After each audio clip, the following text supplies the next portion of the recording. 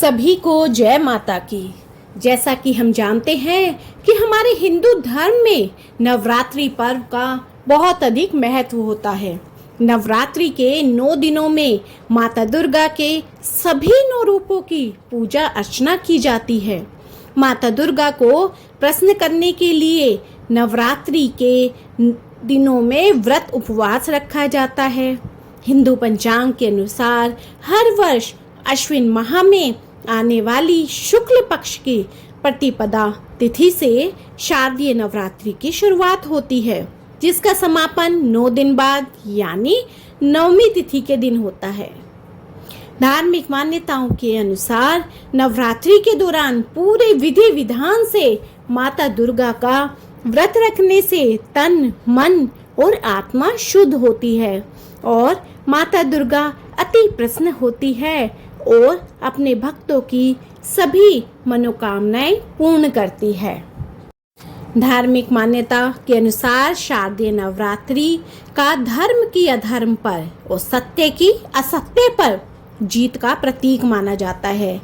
इन्हीं 9 दिनों में माता दुर्गा धरती पर आती है और धरती के कोने कोने में विचरण करती है। इसी खुशी में दुर्गा पूजा का पर्व मनाया जाता है। ऐसी मान्यता है कि नवरात्रि में माता दुर्गा की पूजा करने से हर मनोकामना पूर्ण होती है। शास्त्रों के अनुसार शारदीय नवरात्रि में अष्टमी और नवमी तिथि के दिन पूजा पाठ करने से विशेष फलों की प्राप्ति होती है। यह माना जाता है कि अष्टमी तिथि के दिन कन्या पूजा करने के बाद नवरात्रि के व्रत का समापन किया जाता है, लेकिन कुछ लोग नवमी तिथि के दिन के बाद भी अपने व्रत का पारण करते हैं। पंचांग के अनुसार इस बार शारदीय नवरात्रि में आने वाली अष्टमी तिथि का आरंभ 10 अक्टूबर को दोपहर 12:31 से हो रहा है, जो अगले दिन 11 अक्टूबर को दोपहर 12:06 तक रहेगी। तो उदय तिथि के आधार पर अष्टमी का जो व्रत है वो 11 अक्टूबर को रखा जाएगा और अष्टमी पूजन 11 अक्टूबर 2024 को किया जाएगा। और शारदीय नवरात्रि की नवमी तिथि का आरंभ 11 अक्टूबर को ही दोपहर 12:06 से हो रहा है, जिसका समापन होगा अगले दिन 12 अक्टूबर को सुबह 10:57 पर।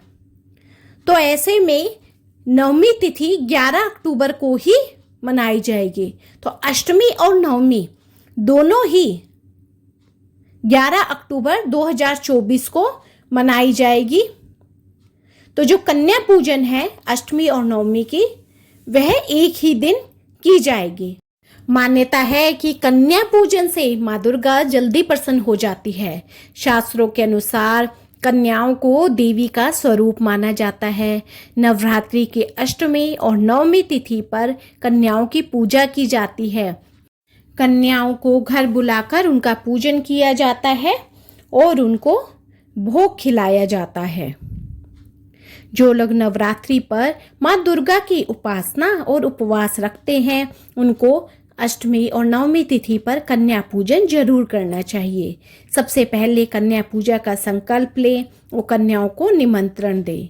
फिर घर पर कन्याओं के आगमन पर पूजन करते समय शुद्ध जल से उनके चरण धोने चाहिए। फिर उन्हें आसन पर बिठाएं। खीर, पूरी, चने, हलवा आदि भोजन का माता को पहले भोग लगाइए और जो आपने कच्चे नारियल माता के लिए चढ़ाए वह माता को पहले भोग लगाइए। फिर यह सब कन्याओं में वितरित करिए और उसमें दक्षिणा अवश्य रखिए।